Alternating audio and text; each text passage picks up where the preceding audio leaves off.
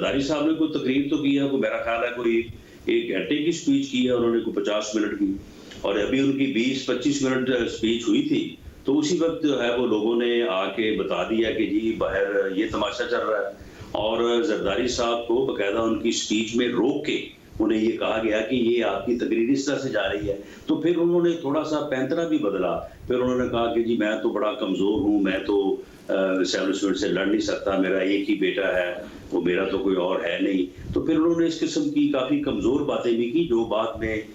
جب وہ بھی شیئر ہوئی ہے میڈیا سے، تو پھر اس کے اوپر لوگوں کو جو ہے وہ تھوڑا حیرانگی ہوئی کہ یہ کیا بات ہوئی، اگر اسٹیبلشمنٹ سے لڑنا نہیں ہے یا اسٹیبلشمنٹ کے خلاف بات نہیں کرنی، تو پھر یہ ساری چیزیں جو ہیں یہ پی ڈی ایم کی تحریک، پی ڈی ایم کا مارز وجود میں ہے نا، تو ان چیزوں کے پھر کیا معنی ہے؟ تو یہ چیزیں جو ہیں یہ ساری پھر انہوں نے جو ہے وہ تھوڑا اس چیز کو بدلا، پھر انہوں نے بعد میں جب مریم نواز صاحبہ نے ان کی بات کا جواب دیا تو انہوں نے پھر اس کے اوپر معذرت بھی کی، تو یہ معاملہ جو ہے یہ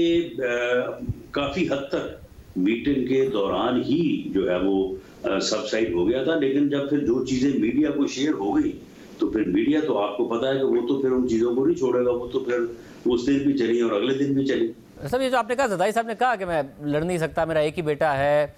تو یہ جو مولانا فضل الرحمان صاحب نے تقریر کی تھی کہ سیاست میں گرفتار ہونے سے ڈرتے کیوں ہو، وہ کیا زرداری صاحب نے کوئی ایسی بات کی تھی، اس کا حوالہ دے رہے تھے وہ؟ زرداری صاحب نے اس میں جو ہے وہ یہ باتیں کی تھی، یہ اس سے تو کوئی انکار نہیں کر سکتا، ان کی اپنی آواز میں یہ ریکارڈنگ موجود ہے کہ انہوں نے اس طرح کی بات کی کہ میں خود یا عوام کو اسٹیبلشمنٹ سے نہیں لڑا سکتا، اور انہوں نے اپنے بلاول کی بات کی کہ میرا تو ایک ہی بیٹا ہے، تو اس طرح کی انہوں نے باتیں، ایک طرف انہوں نے بات کی کہ میں نے بہت لمبی جیب کاٹی ہے، تو یہ اس دن کوئی سمجھ نہیں آئی بات کہ زرداری صاحب دراصل کہنا کیا چاہتے تھے، اور اس تقریر کو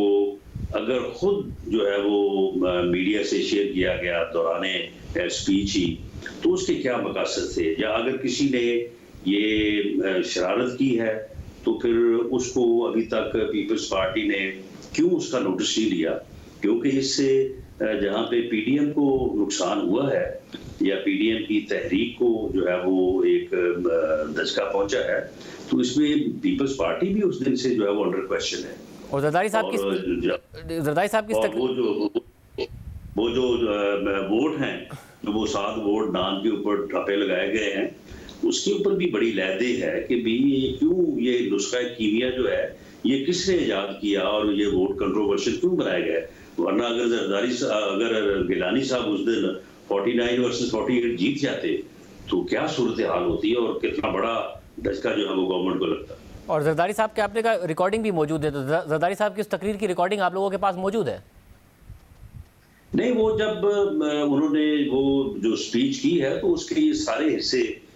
جو ہیں وہ موجود ہیں، میڈیا کے پاس موجود ہیں، تو اس سے تو کوئی انکار نہیں ہے کہ انہوں نے یہ باتیں جو ہے وہ نہیں کی، اور بعد میں انہوں نے جو رسپونڈ کیا مریم نواز شریف کی سپیچ کو، بلکہ انہوں نے بڑا رسپیکٹفلی جو ہے وہ مریم نواز شریف کو انہوں نے ایڈریس کیا، جب انہوں نے، لیکن with great respect Maryam Nawaz نے بھی بات کی ان سے کہ یہ بات آپ کی درست نہیں ہے، تو انہوں نے بھی انہیں بیٹی کہہ کے کہا کہ جی میں اگر آپ کو اس چیز کا دکھ پہنچا ہے تو میں معذرت خواہ ہوں۔